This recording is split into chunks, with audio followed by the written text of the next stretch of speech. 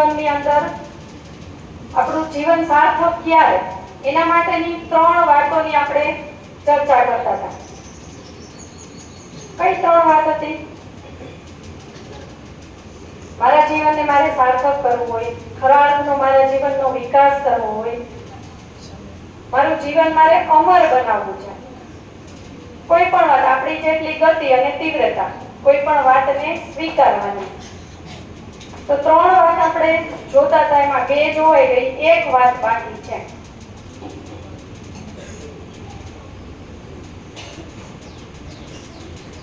કોને યાદ છે? 3 વાત કઈ હતી? અહીંયા આગળથી જવાબ આવ્યો છે તપ, યજ્ઞ, અને હજી 1 વાત હતી યોગાનુયોગ. એ દિવસ પણ નજીક હતો ને આપણે એ બાબતની ચર્ચા પણ થઈ હતી. શિક્ષકોની મદદ લેવાની ઈચ્છું તો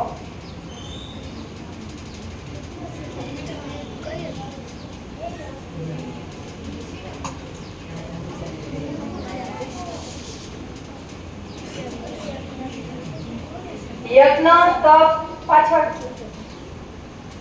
ઊંચી આંગળી થઈ છે. જવાબ પાસ કરો. જ્ઞાન. ઓકે. દાન. દાન ઉપર આપણે ચર્ચા પણ થઈ ગઈ. આપણે થોડુંક એના વિશે ઘણું બધું વિચાર્યું હતું. થોડુંક તો ન કહેવાય, ઘણું બધું વિચાર્યું હતું. ત્યારે કંઈક તહેવાર હતો, મકર સંક્રાંતિ. યસ, મકર સંક્રાંતિ નિમિત્તે આપણે ઘણી બધી એ બાબતમાં ચર્ચા કરી હતી. દાન, બરાબર ને? કેવા દાનને મહત્વ છે એના પર ઘણું બધું વિચાર્યું હતું.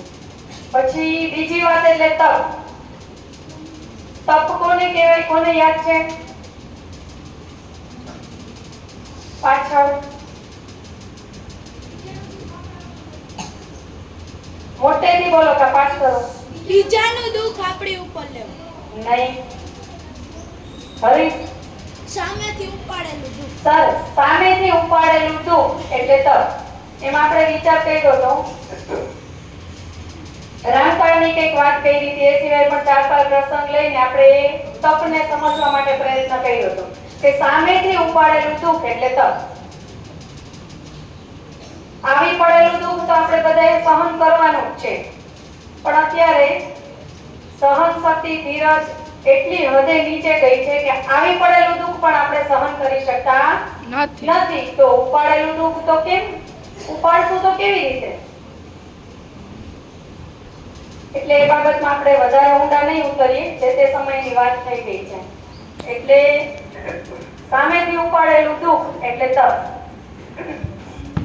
આજે ત્રીજી વાત કરીએ છે યજ્ઞ. યજ્ઞ એટલે શું? તમે શું વિચારો?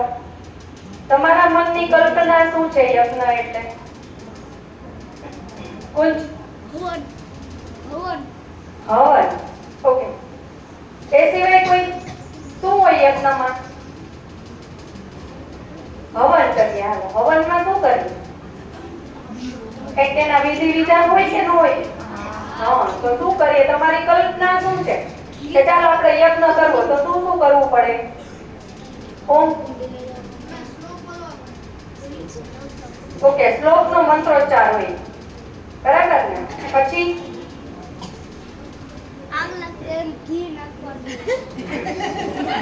કપૂર વપૂર ટીચર કપૂર હવન કુંડી હોય, બરાબર ને? એમાં ઘણું બધું સમીર એમાં હોમવામાં આવે. શિવાની? ઓકે. જવ ને? ઘઉં. ઘઉં કે જવ? જવ. એટલે ઘણું બધું સમીર, ઘણી બધી વસ્તુઓ છે એમાં હોમવામાં આવે. પછી એના ધુવાડા થાય, બરાબર ને? પછી આપણી આંખો બળે. એકલા હવન ન થાય. ઘણા બધા હોય ને હવનમાં, કે બ્રાહ્મણ હોય ને હવન કરી નાખે, બરાબર? આપણા સગા સંબંધીઓ, આપણે આજુબાજુમાં રહેતા આપણા કૌટુંબિક લોકો બધાને આપણે બોલાવીએ ને, આપણા પરિવારના બધાને. અને હવન કરીએ. હવે એટલા યજ્ઞ હવન થાય છે? થાય છે કે નથી થતા? થાય છે. તો એ કરવાનું શું કામ?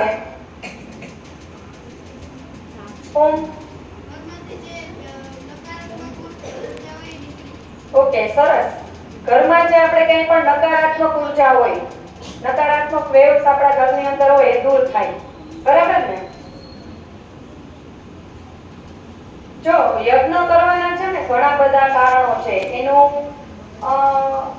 સાયન્ટિફિક રીઝન પણ છે, પછી એન્વાયરમેન્ટ એટલે પર્યાવરણની દ્રષ્ટિએ પણ એનું મહત્વ છે, આધ્યાત્મિક દ્રષ્ટિએ પણ એનું મહત્વ છે, અને યજ્ઞની પરંપરા કેટલી જૂની છે. તો વૈદિક પરંપરા એટલે ઋષિ મુનિઓએ કરેલા યજ્ઞ, ત્યારથી યજ્ઞની પરંપરા ચાલી આવે.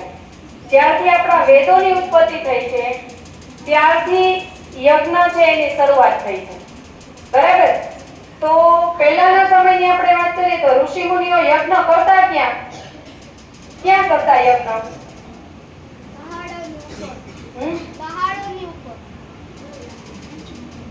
પહાડોની ઉપર એવું કહે છે. મતલબ કોઈ જંગલ વિસ્તાર, અંતરિયાળ વિસ્તાર.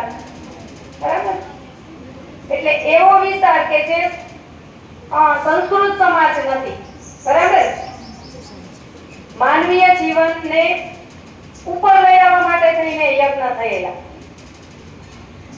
ગીતામાં પણ યજ્ઞનું જે મહત્વ આપેલું છે એમાં એવી કંઈક વાત છે, દેવાન ભાવયતાનેન તે દેવા ભાવયંતુઃ પરસ્પરમ ભાવયંત શ્રેયં પરમ વાપ્સ્યથ. આવું ગીતામાં કીધેલું છે. એટલે હું તો કે દેવાન ભાવયતાનેન એટલે કે યજ્ઞ વડે તમે દેવોને પ્રસન્ન કરો. પછી છે તે દેવા ભાવયંતુઃ દેવો તમને પ્રસન્ન કરે.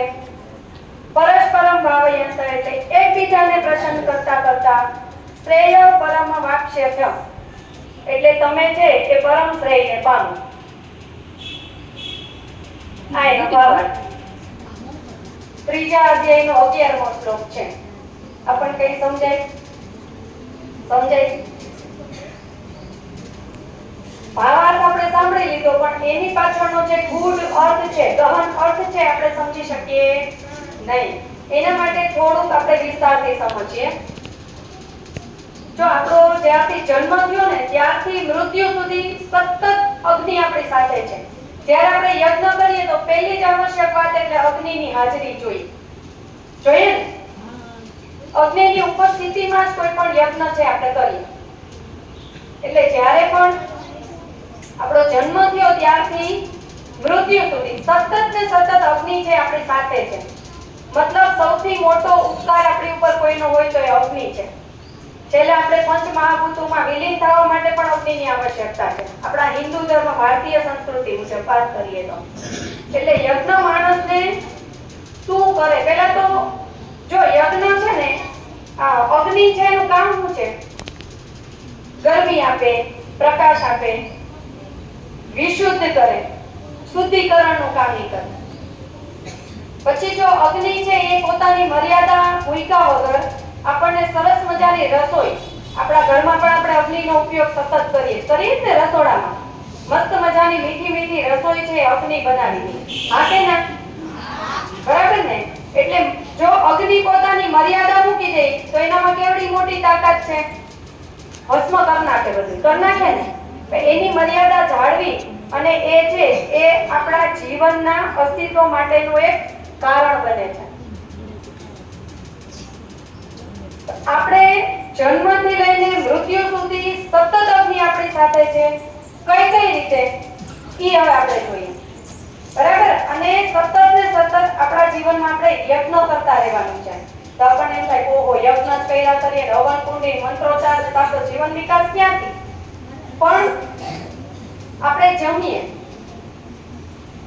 ને તો પહેલી રસોઈ બનાવી આપે અગ્નિ.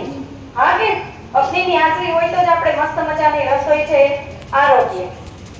પછી આપણા પેટમાં પચાવવાનું કામ પણ અગ્નિ જ કરે. જેને આપણે જઠર કહીએ ને, એ જઠર અગ્નિ. આપણા પેટમાં પણ જઠરાગ્નિ છે. મતલબ આપણા પેટમાં પણ યજ્ઞ ચાલુ છે. હા કે ના? એ સતત આપણા પાચનનું પ્રોસેસ છે એ ચાલુ રહી છે. તો જમીએ ત્યારે પણ આપણે તો જમવા સમયે જો ભગવાનને યાદ કરીને જમીએ તો આપણો યજ્ઞ થઈ ગયો. થઈ ગયો ને? શું કામ? કારણ કે આપણે જમીએ છે એ પાચનની પ્રોસેસ છે એ પણ અગ્નિ જ કરે છે. ખોરાક બનાવી દે છે પણ અગ્નિ. એટલે જ્યારે પણ આપણે જમીએ ત્યારે જો ઈશ્વરને યાદ કરીને જમીએ, કારણ કે પાચનનું કામ ઈ કરે છે, તો એને આપણે થેન્ક યુ કહેવાનું છે. આપણું કોઈક નાનું એવું કામ પણ કરે તો આપણે થેન્ક યુ કહીએ કે નહીં? કહીએ ને? તો એ આપણા પાચનની આવડી મોટી પ્રક્રિયા. વિચાર કરીએ કે જો જઠરાગ્નિ જરાક પણ વિક્ષેપ પડે એમાં, આપણને ખબર છે ને પેટની જે બીમારીઓ થાય, અને જ્યારે ગંભીર બીમારીઓ થાય ત્યારે આપણને ધ્યાનમાં આવે કે ઓહો, જઠરનું તો કેવડું મોટો રોલ છે આપણા શરીરમાં. એટલે જઠરાગ્નિ છે એ પાચનની પ્રક્રિયા કરે છે. તો હું જ્યારે જમું છું ત્યારે યાદ કરીને જમો એટલે મારો યજ્ઞ થઈ ગયો. ભોજન પણ યજ્ઞ કરી શકાય આપણે ભોજનને પણ. પછી આપણે બ્રશ કરીએ છીએ તો ત્યારે પણ આપણે એવો ભાવ રાખીએ કે આ મોઢાથી હું એક અગ્નિને જમાડવાની છું. તો મોઢું મારું કેવું હોવું જોઈએ? સ્વચ્છ, ચોખ્ખું મારું મોઢું કરવું પડે સવારે પહેલા, બરાબર ને? તો પહેલાના સમયમાં તો દાંતણ કરતા, હવે બ્રશ આવી ગયા, બરાબર? એનાથી આપણે કોઈ મતલબ નથી કે આપણે દાંતણ કે બ્રશ એમાં ઊંડા ઉતરશું તો પાછું કંઈક વાતનો દોર બદલી જાય. એટલે ત્યારે પણ આપણે આયુર્બલ યશોવર છે, પ્રજાપતિનું વશોની ચડી, આખો શ્લોક છે. આપણે બ્રશ કરીએ ત્યારે પણ જો આપણે કરીએ તો એ આપણી એક ક્રિયા થઈ ને. જમવાની એક ક્રિયા છે, દાંત કરવાની ક્રિયા છે, કર્મ છે. જે કંઈ પણ આપણે કામ કરીએ એ કર્મ છે. તો ત્યારે આપણે શ્લોક બોલે તો આપણું બ્રશ કરવું પણ યજ્ઞ થઈ ગયું. એના પછી આપણે ભણીએ છે ને, તમે ભણો છો, અમે ભણાવીએ છીએ, પણ આપણે જે કામ કરીએ છીએ ભણવાનું પણ એક કામ જ છે ને, અને મારું ભણાવવાનું કામ. હવે ઈ કામ પણ જો સદવિચાર સાથે, સદવૃત્તિ સાથે, સત્સંગ સાથે, સારાનો સંગ કરીને તમે જ્યારે ભણો, સારા લોકો સાથે રહેતા શીખો, સારા વિચારોને ઉપાડતા શીખો, ખોટી પ્રવૃત્તિઓ દૂર કરો, એના માટે શિક્ષણ છે. અને જો એ જ રીતનું આપણું જીવન અભ્યાસકાળ બનાવીએ તો એ પણ એક યજ્ઞ થઈ ગયો. અને એ એટલે બ્રહ્મ યજ્ઞ. આપણને એમ થાય બ્રહ્મ એટલે શું?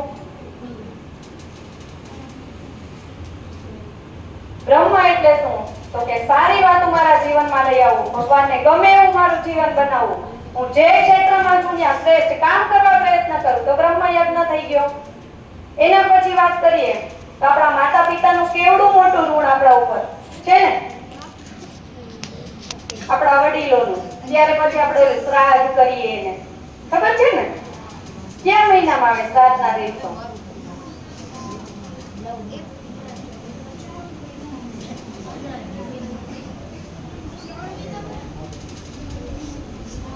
શ્રાદ્ધના દિવસો કયા મહિનામાં આવે?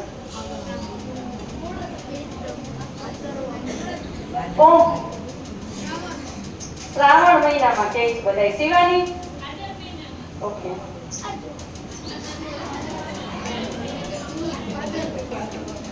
તો શ્રાવણના દિવસો આપણે શું કરીએ તો કે દર્ભ ઉપર કંઈક મૂકીએ ને બ્રાહ્મણોને જમવા પ્રસાદ માટે આપણા ઘરે બોલાવીએ, આવું બધું આપણે કરીએ, બરાબર?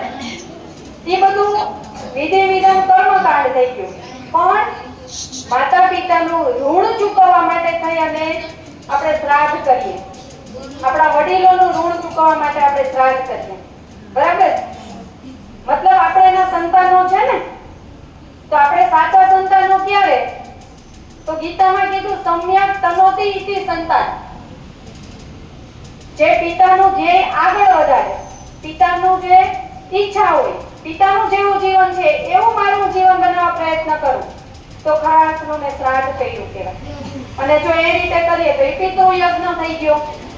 જો આપણે યજ્ઞ જ કરીએ છે, આપણે ઉઠ્યા ત્યાંથી યજ્ઞની શરૂઆત કરી દે. સવારે ઉઠ્યા, બ્રશ કર્યું, જમ્યા, સ્નાન માટેનો શ્લોક છે ભાઈ. આપણે જ્યારે નાહીએ છીએ ત્યારે આપણા નળની અંદર પાણી આવે છે ઈ એક પ્રસાદ છે કે પ્રભુનો? જો વરસાદ જ ન આવે નળમાં પાણી આવવાનું છે? બરાબર ને? તો આપણે સ્નાન કરીએ ત્યારે પણ જો ભગવાનને યાદ કરીએ, જે કોઈ પણ નદીઓ છે એના દ્વારા આપણા ઘર સુધી પાણી પહોંચે છે, તો એ બધી નદીઓને યાદ કરીએ તો એ સ્નાન પણ આપણો એક યજ્ઞ થઈ ગયો. આગળ વાત કરીએ તો અતિથિ પૂજન. જો આપણી ભારતીય સંસ્કૃતિ એટલે અતિથિ દેવો ભવ, આ આપણી સંસ્કૃતિ છે. મતલબ કે માણસનો સત્કાર કરવો, નહીં કે એની પ્રતિષ્ઠા પદ જોઈને. કોઈ પણ માણસ છે એ આખરે પહેલો તો એ ભગવાનનો દીકરો છે. આપણી જે સંકુચિત દ્રષ્ટિ, મોટા ધોરણમાં થોડીક ઈ બાબતમાં ચર્ચાઓ થાય છે.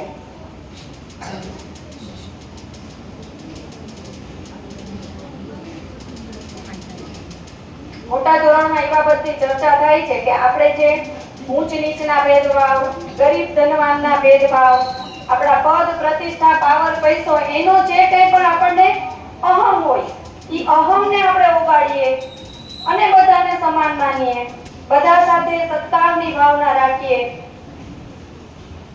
મનુષ્ય માત્ર ઉપર દયા રાખીએ, પછી આગળ આવશે ભૂત દયા. તો ઈ આપણો મનુષ્ય યજ્ઞ થઈ ગયો. આજે માણસને માણસ જ ગમતો નથી. ઈ મોટામાં મોટી નિત્ય ઘટના કહેવાય મારા જીવનની. પછી તમે નાના છો, થોડું હું બોલું છું, લેવલ તમને ઊંચું લાગે ક્યાં, પણ જેટલું તમને ધ્યાનમાં આવે એટલું થોડુંક વિચારજો. એ એટલે મનુષ્ય યજ્ઞ. કારણ કે આપણે સામાજિક પ્રાણી છીએ. આપણે નાનાથી મોટા એમનેમ નથી થતા. ગાયનું વાછડું એની મેળે હાલતા શીખે ને? ગલુડિયાનું બચ્ચું એની મેળે બધું શીખે. પણ માણસ જ એક એવું પ્રાણી છે કે એને અન્યના આધારની જરૂર છે એના જીવન વિકાસ માટે. ડગલે ને પગલે કોઈનો ને કોઈનો મને સાથ મળેલો છે ત્યારે હું અહીં સુધી પહોંચી છું. તો એ બધાને યાદ કરીએ, એ બધાનો સત્કાર કરીએ, મતલબ મનુષ્ય યજ્ઞ થઈ ગયો. જો આમાં તમારા લેવલ આપણે વિચાર કરીએ તો અમુક હોશિયાર હોય, અમુક મધ્યમ છે, અમુક આપણે પ્રિય બાળકો કહીએ છીએ, તો એના તરફ આપણી દ્રષ્ટિ કેવી છે જોવાની, એને પણ આપણે માન આપીએ છીએ, એને સત્કાર આપી શકીએ છીએ. આ લેવલે આપણે એ વિચારવાનું છે. અને એ એટલે આપણો મનુષ્ય યજ્ઞ. એના પછી આગળ વાત કરીએ કે આપણા મન, બુદ્ધિ, આપણા વિચારો, આપણી ઇન્દ્રિયો, આ બધાને શુદ્ધ કરવાના. કઈ રીતે? તો કે કોઈ સારા વિચાર સાથે, સારા પુસ્તકોનું સતત વાંચન કરવું, સારા લોકો સાથે રહો, ક્યાંયથી પણ કંઈ પણ સારું મળે તો ઉપાડી લેવાની આપણે તીવ્રતા રાખવાની. કોઈ પણ સારી વાત હોય, સારો વિચાર છે, સારું વાંચન છે, સારી ટેવ છે, જેમ જેમ આપણે સારું બધું ઉપાડવા મળશું ને ખરાબ આપણાથી અંદરથી એમ જ નીકળી જાય. ગટરની અંદર ઘણા સમયથી એમને ભરેલું પડ્યું હોય ને પાણીનો ફોર્સ મારી દો તમે, નીકળી જાય કે નહીં? એનો જે ગંદવાડ છે દૂર થાય કે ન થાય? મતલબ ક્યાંયથી કાંઈ પણ કોઈની પાસેથી પણ ઉંમર સાથે લેવા દેવા નથી, નિસ્બત નથી. સતત સારું જ આપણે જો બધા પાસેથી લેતા રહીએ તો ઈ થઈ ગયો ઋષિ યજ્ઞ. કઈ રીતે? તો કે ઋષિ મુનિઓ એ જ વાત આપેલી છે કે મારા જીવન વિકાસ માટે થઈને મારે સતત સારી વાત સાથે જોડાયેલું રહેવું જરૂરી છે. એવું જ ઋષિ મુનિઓની અપેક્ષા હતી. આપણને એમ થાય ઋષિ મુનિ એટલે કેવા હોય? તો મોટા બધા ઝાડ નીચે બેઠા હોય, લાંબી દાઢી હોય, સફેદ કલરની, કાંઈક તપ કરતા હોય, અન્ન જળનો ત્યાગ કર્યો હોય, આપણે એને કહીએ ઋષિ મુનિ કહીએ ને. પણ કોઈ સારી વાત સાથે જોડાયેલા હોય ને એ બધા ઋષિ જ કહેવાય. એના પછી ભૂત માત્ર ઉપર દયા. ભૂત એટલે સર્વભૂત હિતે રતાય, આવું ગીતામાં કીધું છે. લાપણથી કહો બધા ભૂતને માન આપવાનું, બોલો આપણને આવું થાય. પણ ભૂત માત્ર એટલે દરેક જીવ, સજીવ, જે કોઈ પણ જીવ છે એના માટે દયા રાખવી. જો આપણી ભારતીય સંસ્કૃતિ છે ને નાગને પણ પૂજે નાગપાચમ, આવે. નાગમાં પણ દેવતા જોઈ, ગાયમાં પણ દેવતા જોઈ. આલા માતા, ગાય માતા કે એન પહેલા તો બધે સાપ ના મારે નાગ જે આવે ને નાગ પંચમી તે તો બધે પૂજા કરે.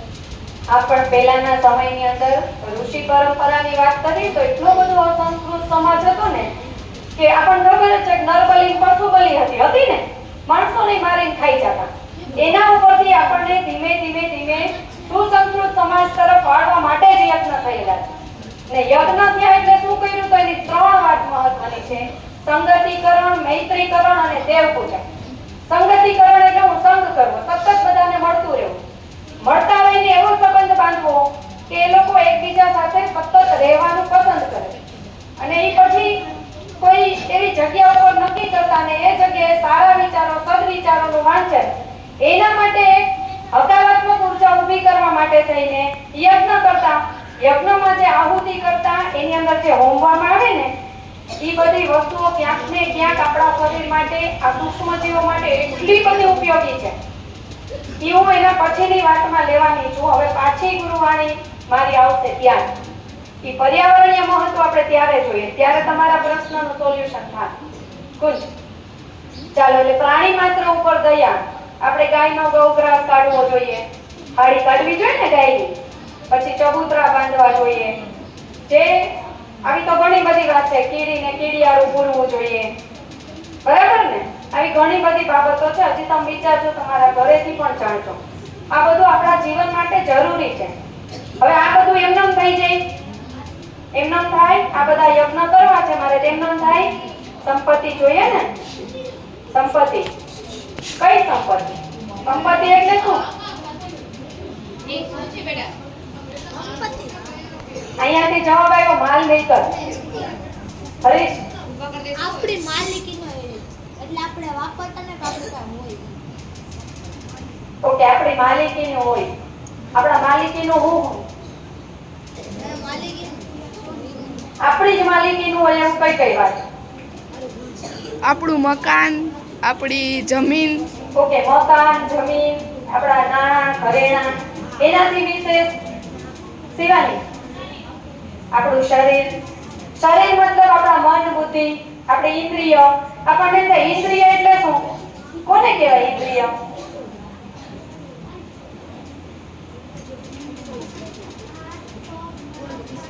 વાહ રે વાહ, સરસ સરસ. આપણા હાથ, પગ, કાન, નાક, જેના દ્વારા આપણે કર્મ કરીએ છીએ. બરાબર, આ આપણી ઇન્દ્રિય છે. એટલે ઈ ઇન્દ્રિય પણ આપણી માલિકીની. એનાથી પણ વિશેષ કિંમતી હું છે હજી. જો મન, બુદ્ધિ, ઇન્દ્રિય અને આપણી માલ મિલકત આવી ગયો, એનાથી વિશેષ વિચારવાનું છે કે આપણી સંપત્તિ કઈ છે. કે આજે કોઈ પાસે છે જ નહીં દેવા માટે, દેવા માટે જ નથી. બસ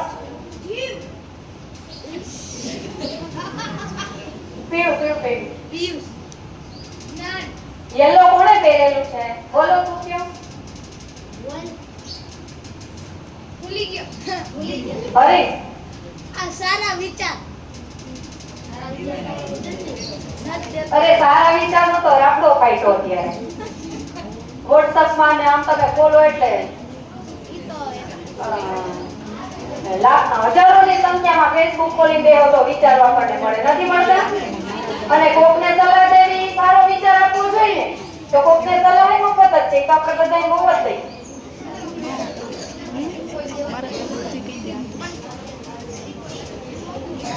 કહી દઉં?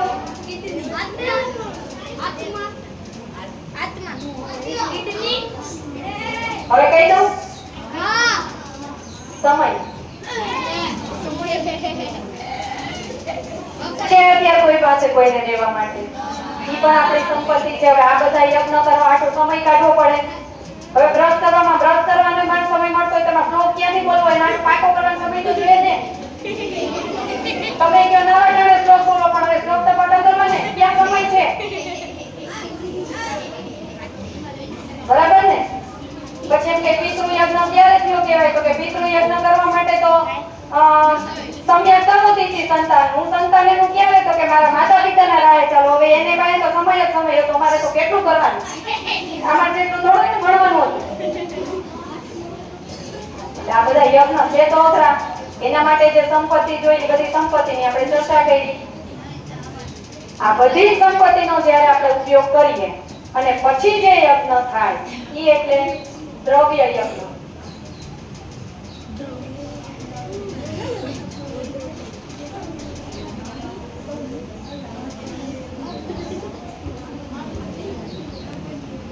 બરાબર. મન, બુદ્ધિ, ઇન્દ્રિય, સમય અને આપણી મૂડી, જેને આપણે નાણાં કહીએ, આ બધાનો જ્યારે આપણે